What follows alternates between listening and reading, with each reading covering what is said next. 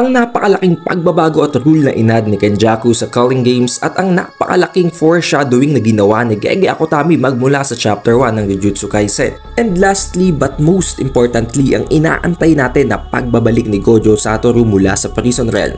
Pati na rin ang napakalaking pagtitipon o pag-gather up ng pinakamalakas na mga sorcerer mula sa loob ng Culling Games kasama ng ating mga allies. Ang lahat ng yan at iba pa ay tatalakayin natin dito sa ating Chapter 220 ng Jujutsu Kaisen. It is the updated weeb at kung nagugustuhan mo ang ating chapter reviews ay siguraduhin mo lang naka-like, naka-subscribe at na-ring mo na ang bell button para palagi kang updated and notified tuwing magkakaroon tayo ng bagong chapter release reviews at para palagi ka na ding updated sa recent timeline ng series. Ngayon tulad ng dati, hindi na natin babalikan ang previous chapters, kaya para makapag-catch up kayo sa kwento ng chapter na ito ay siguraduhin mo nang napanood nyo na ang ating previous video tungkol sa chapter 219 ng Jujutsu Kaisen.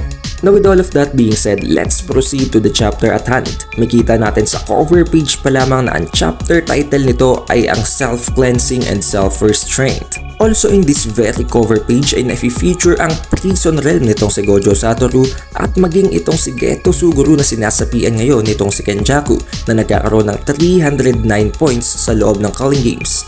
In the early panels, makita natin na nakikipag-usap itong si Suguru Geto sa kanyang sariling Kogane. And kung papansinin, napaka-unique ng Kogane dito nitong si Kenjaku dahil kitang-kita natin na maging ang Kogane niya ay meron ding parabang stitch sa kanyang forehead. But enough with the less important details, dito ay sinasabi ni Kenjaku sa kanyang sariling Kogane na gusto niyang mag-add ng panibagong rule, isang rule na pipigilan o ipoprohibit na ang pagpasok ng bagong mga players sa Culling Games. Isang bagay na hindi tinanggap at in-reject naman itong si Kogane. But we all know naman na almost everything is already anticipated by Kenjaku, kaya kahit na ang pag-add ng rule na ito na hindi pinayagan or in-reject ng kanyang sariling Kogane ay napagplanuhan niya na. Sinabi niya na para mapigilan ang outbreak or ang napakabilis na pagkalat or paglaganap ng mga curses sa loob ng Japan ay nag-erect ng napakaraming purification barriers itong si Tengen. And among these barriers ay merong 4 na pinaka-vital na mga barriers na tinatawag nilang Jokai. Ang isa sa mga Jokai na ito ay matatagpuan sa Imperial Palace, ang isa naman ay may kita sa Tomb of the Star Corridor sa ilalim lamang ng Jujutsu High. Ang pangatlo naman ay may kita sa Kyoto around the Yamakuning Imperial Mausoleum at ang pinakahuli at pinakaimportanteng barrier ay matatagpuan dito sa Hida Holy Mountain. Now nasabi nitong si Kenjaku na dahil nga sa mga barriers na ito or purification barriers nitong si Tengen ay natutulungan nilang may implement o maipagpatuloy ang barriers na ginagamit nila sa Culling Games. Despite knowing na napaka-risky nito dahil kung matatalo nga sila nitong si Kenjaku ay maaaring makuha ni Kenjaku ang control sa mga barriers na ito. Pero hindi din naman yun magawang maibaba nitong si Tengen dahil kahit naman na alam nila ang risks, hindi din nila pwedeng sayangin lamang ang progress na nakuha nila all throughout the 1,000 years na pinag-aaralan nila ang cursed energy. And at the same time, kung aalisin nila ang purification barriers na yun ay maaaring magsulputan na lamang ang curses anywhere na magkukos lamang ng napakaraming human casualties. At ngayon nga dahil sa tinalo na nila itong si Tengen at makita naman natin na under control na nitong si Kenjaku si Tengen sa pamamagitan nga ng kanyang cursed spirit manipulation ay tinarete niya itong si Kogane na kung hindi daw susunod si Kogane sa kagustuhan nitong si Kenjaku ay ibababa din naman niya ang mga purification barriers na ito. Hence, ending the Culling Games anyways. Nasabi din dito nitong si Kenjaku na wala naman daw isang literal na Game Master ang Culling Games. At kung may tuturing daw na isang Culling Game Master ay hindi yun si Kenjaku at hindi din yun magiging si Kogane. Kung meron daw itong dapat na ituring na Master ay walang iba kung hindi itong si Tengen. At dahil nga si Tengen ay nasa ilalim na ng kontrol itong si Kenjaku, it's as if si Kenjaku na din ang pinaka-Culling Game Master. Gusto pa rin sanang tumanggi ng Kogane nitong si Kenjaku habang sinasabing magko-contradict daw ito sa rule number 7. Subalit sinabi ni Kenjaku na wala daw siyang pakialam dahil right from the start ay binabalak na din daw talaga niyang magkaroon ng bug sa Culling Games. Sinabi din niya na dahil siya ang nag-design ng Culling Games, alam niya kung ano ang behavior ng Kogane. Napipiliin nito ang most possible way na magpapatagal or magpoprolong sa Culling Games. Ngayon dahil inilatag niya na ang magiging kondisyon niya, alam niyang tatanggapin na ngayon ni Kogane ang pag-add niya ng panibagong rule na ito na magpo-prohibit or magbabawal ang pagpasok ng panibagong mga players sa Culling Games. Ay mag-e-end ang Culling Games right away dahil ibababa niya ang lahat ng purification barriers na nagsiserve as fundamental ng Culling Game barriers. Because of this, tinanggap na ni Kogane ang rule na ina-add ni Kenjaku at nag-add pa ng panibagong rule itong si Kenjaku na nagsistate naman na kapag namatay na ang lahat ng players sa loob ng Culling Games except kay Suguru Geto or Kenjaku at itong si Sukuna ay matatapos na ang Culling Games. So it's as if gumagawa ng isang final battle stage itong si Kenjaku wherein silaan itong si Sukuna ang magiging final bosses. Dahil dito ay napatanong itong si Tengen na under control na nitong si Kenjaku na kung gusto daw tapusin itong si Kenjaku ang Culling Games ay bakit hindi niya na ito tapusin right away. Na sinagot naman ni Kenjaku na hindi yun pwede dahil kailangan nilang gamitin pa ang natitirang mga players at ang kanilang mga sources of energy para makomplete ang merging. And in the next panel ay makita naman natin ang isang parabang magnified na version nitong si Ryomen Sukuna sa kanyang Heian era form. Habang sinasabing dadalhin daw niya ang taong ito or ang object na ito kay Sukuna as a souvenir. At sinabi din naman ni Tengen na okay lang daw dahil hindi naman yun makaapekto sa mga purification barriers. Kung papansinin din natin, ang image na ito ay makita natin sa chapter 1 mismo ng Jujutsu Kaisen. So ganito na lamang katindi ang foreshadowing ng author na si Gege Okutami na right from the first chapter pa lang ay makikita nating pinagplanuhan na talaga nitong si Gege ang gagawin niya up to this point. Ngayon kung iisipin natin kung pwedeng makabalik pa ang body na ito papunta kay Sukuna, maaring mas madagdagan pa ang kanyang kapangyarihan and strength kahit pa ikumpara natin ito sa 20 Fingers Sukuna dahil kung nandito nga ang kanyang original body, it's as if mariregain niya ang kanyang original strength way back on his prime. In the next panel, makita naman natin na nag-uusap itong si Uwi Uwi at itong si Maki Zenin. Habang sinasabi nitong si Uwi Uwi na nakita at naalaman na din nila ang rule na dinagdag nitong si Kenjaku wherein matatapos nga ang Culling Games within the condition na ma-eradicate ni Sukuna at nitong si Kenjaku ang lahat ng mga players maliban sa kanilang dalawa. Kaya nasabi din naman nitong si Maki na it is a double-edged sword dahil kahit na ganun ang rule, kung mapapatay naman nila itong si Sukuna at Kenjaku ay matatapos na rin ang Culling Games. Nagdag pa ni Maki na maaring ang dahilan kung bakit hindi pa tinatapos nitong si Kenjaku ang Culling Games despite knowing na kayang-kaya yung gawin ni Kenjaku right away ay dahil sa maaring kailangan pa ito para makomplete ang merger. Dahil nga sa sinabing ito ni Maki, nasabi ni Uwi Uwi na napakadali daw sabihin na patayin si Kenjaku at Sukuna pero napakahirap din nung gawin. It's as if sinasabi din nila na papatay nila si Gojo Satoru na para bang ine-equate nitong si Uwi Uwi ang difficulty ng pagpatay kay Kenjaku at kay Sukuna sa pagpatay kay Gojo Satoru. Kaya naman sinabi din itong si Maki na ang Gojo Satoru daw na binabanggit ni Uwi Uwi ay magkakaroon ng comeback soon. So right from this dialogue pa lamang mula kay Maki ay meron ng hint na talagang malapit nang makalabas si Gojo Satoru mula sa Prison Realm. Ngayon sa susunod na mga panels naman ay makita nating nag-uusap itong si Angel at si Shoko. Ngayon alam naman natin kung ano ang nangyari kay Angel from the previous chapters at alam din natin kung saan nag-excel at kung ano ang forte nitong si Shoko. So it only means one thing, nakasurvive at buhay pa rin itong si Angel nang dahil sa tulong nitong si Amay. Dahil nabanggit dito ni Angel na kung hindi dahil sa pagkasyon nitong si Amay sa pagkahulog nila mula sa pinakataas ng building ay maaring mamatay na sila nitong si Hana Kurusu right away.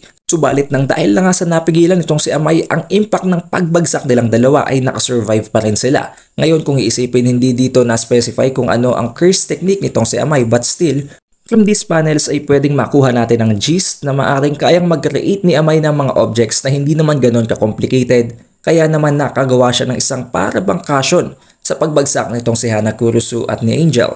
Dinagdag pa dito nitong si Angel na nakatulong din itong si Takaba sa pag-survive niya. Hindi daw niya alam at hindi niya mapinpoint kung paano yun nangyari pero alam niyang nakatulong itong si Takaba Fumihiko para makasurvive siya sa pamamagitan lamang ng paglapit sa kanya. Kung iisipin natin at kung babalikan natin ang previous chapter at maging ang ating sariling review sa kung ano ang curse technique nitong si Takaba Fumihiko, maaring tama nga ang ating theory na ang meaning ng curse technique nitong si Takaba Fumihiko na nagsastate ng red is prohibited ay maaring sa pamamagitan ng influence ng curse technique nitong si Takaba ay walang pwedeng mamatay sa range ng kanyang area of effectivity. Now habang nasa life and death situation itong si Hana Kurusu ay natulungan naman siya ng reversed curse technique nitong si Shoko kaya ngayon ay nakasurvive siya. Now one of the most surprising thing here is nandito na rin itong si Yuta Okutsu habang sinasabi niya kay Angel na kahit na daw nakasurvive itong si Angel ay hindi na siya pwedeng sumabak pa sa isang laban. Kaya kung isipin, masasayang ang abilidad at potensyal nitong si Angel kung hindi na kayang lumaban ng kanyang host na si Hana Kurusu. Kaya tinanong sila nitong si Yuta kung pwede daw bang lumipat ng vessel itong si Angel para ka naman mapakinabangan pa nila ang curse technique nitong si Angel laban kay Sukuna. Na sinagot naman itong si Angel na it's impossible. At sinabi din niya ang dahilan kung bakit pumayag ang mga ancient sorcerers na ito na ma-reincarnate sa modern era, specifically dito sa Calling Games. Nasabi niya na ang lahat ng mga previous sorcerers na ito ay hindi alam kung paano i-turn ang kanilang mga sarili into a cursed object para nga naman makapag-revive sila at some point in time. Subalit naiiba daw itong si Sukuna sa lahat ng yon dahil ang The Fallen ay nakahanap ng way para ma-turn ang kanyang sariling spirit into a cursed object at hindi lamang yun, nagawa pa niyang split ang kanyang spirit into 20 different pieces. Na dahilan kung bakit meron nga tayong 20 fingers itong si Sukuna. Although napakasayang nitong si Angel kung hindi na siya kayang lumaban pa, still nandito pa rin naman ang kanyang pinaka-purpose, ang may unseal si Gojo Satoru mula sa Prison Realm. In the next panel again, may kita naman natin nag-uusap itong si Amai at itong si Yuji Itadori na kung saan ay nasabi nitong si Amai na kung wala na daw si Sukuna sa kanya at hindi na siya ang vessel ng King of Curses, ay lalaban pa rin daw ba itong si Yuji? Na sinagot naman ni Yuji na right from the start ay hindi naman daw siya tinutulungan itong si Sukuna, kaya kahit na daw wala na si Sukuna sa kanyang katawan ay kayang-kaya pa rin niyang lumaban as if wala namang nagbago. Nasabi din niya na based sa studies na ginawa ni Shoko sa kanyang katawan, it's as if ang katawan niya ay isang cursed object na nag-soak or nababad sa cursed energy ni Ryomen Sukuna. So maaring at some point ay talagang ma-adapt or magamit nitong si Yuji ang curse technique ni Sukuna na ang cleave at ang dismantle or maybe maging ang malevolent shrine ng King of Curses. Nasabi din niya dito na I will eat anything as long as I can defeat the King of Curses, Ryomen Sukuna. So it means kung sakaling makita pa nitong si Yuji Itadori ang natitirang mga fingers ay kakainin pa rin ngayon. Hindi natin alam kung anong pwedeng mangyari kung sakaling maging under control ba siya ni Sukuna or kung sakaling makuha niya ang partial part or ang partial strength ng King of Curses. Dahil alam naman natin na may natitira pang mga fingers itong si Sukuna at hindi pa niya nakukumpleto ang buong spirit niya. Ngayon nagbabalik na itong si Yuji sa loob ng parabang building na kung saan ay nagtitipon-tipon na ang lahat ng mga allied sorcerers. Tinanong niya agad itong si Maki at itong si Yuta kung paano nila matutulungan si Megumi. Na sinagot naman nitong si Maki na kung sakaling hindi naman daw nila mako-corner itong si Sukuna, ay mawawalan din ng kwenta ang kung paano mang planong gagawin nila para mailigtas itong si Megumi. May kita din natin na lumapit sa kanya ang kanyang big brother na si Choso habang may inaabot itong parabang isang aklat. Sinabi niya na ang aklat na ito ay ang iniwan na studies ni Yuki Tsukumo tungkol sa back of Prison Realm at ang iba pang mga impormasyon tungkol sa mga souls na in-entrust daw nitong si Yuki dito kay Choso. Nasabi din dito nitong si Choso na who knows, it might come in handy, na maaring at some point ay siguradong mapapakinabangan ni Yuji ang tungkol sa mga impormasyon na ito. Naitanong din itong si Yuji ang tungkol sa mga natitira pa nilang mga kapatid, so it means no other than the death painting. Sinagot naman itong si Choso na it's fine as long as they can go on living as a part of you. So it means at some point ay maaring makonsume nitong si Yuji Itadori ang natitira pang mga death painting at sa pamamagitan nun ay ma-acquire at ma-awaken niya ang mga kapangyarihan or curse technique ng mga kapatid niyang yun sa kanyang sariling katawan. And I'm sure at some point ay mangyayari talaga ang bagay na yun dahil para bang isang foreshadowing na rin ang nasabi nitong si Yuji in the previous panels na I will eat anything as long as I can kill the King of Curses. Kung sakaling ma-acquire at ma-awaken nga nitong si Yuji, ang curse technique ng natitira pang mga kapatid niya sa death painting ay maaring siya ang mataguriang King of Death.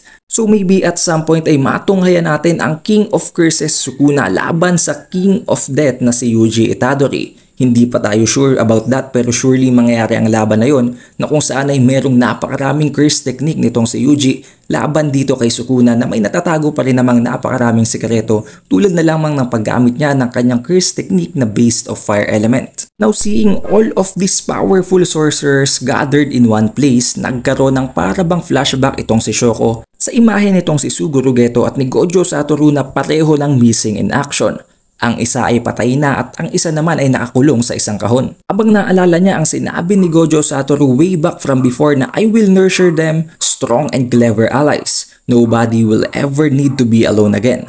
Kaya nasabi niya ngayon habang nakita ang napakalalakas na mga sorcerers na ito na there's swarm of them now, monsters waiting for your return. And in the last panel ay makita natin ang prison realm nitong si Gojo Satoru na parabang all black na at hindi na natin makita ang mata habang sinasabi nitong si Shoko na come back already Gojo. So it means sa susunod na chapter ay maaring makita nating magbalik na si Gojo nang dahil nga sa na-retrieve at naibalik na nila itong si Angel. Kahit na hindi na pwedeng lumaban pa itong si Angel, magagamit pa rin ang kanyang extermination ng curse technique at mananalify niya ang prison realm para maipalabas na si Gojo Satoru mula sa kahon na to.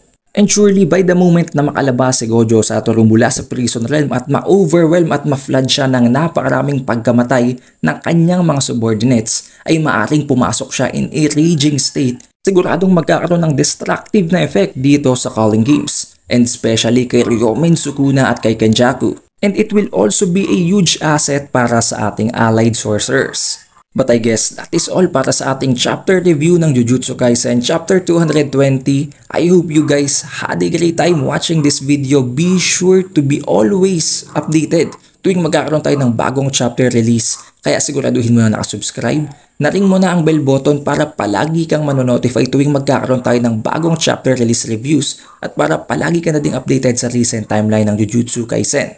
It is the Updated Weeb and I'll see you on the next one.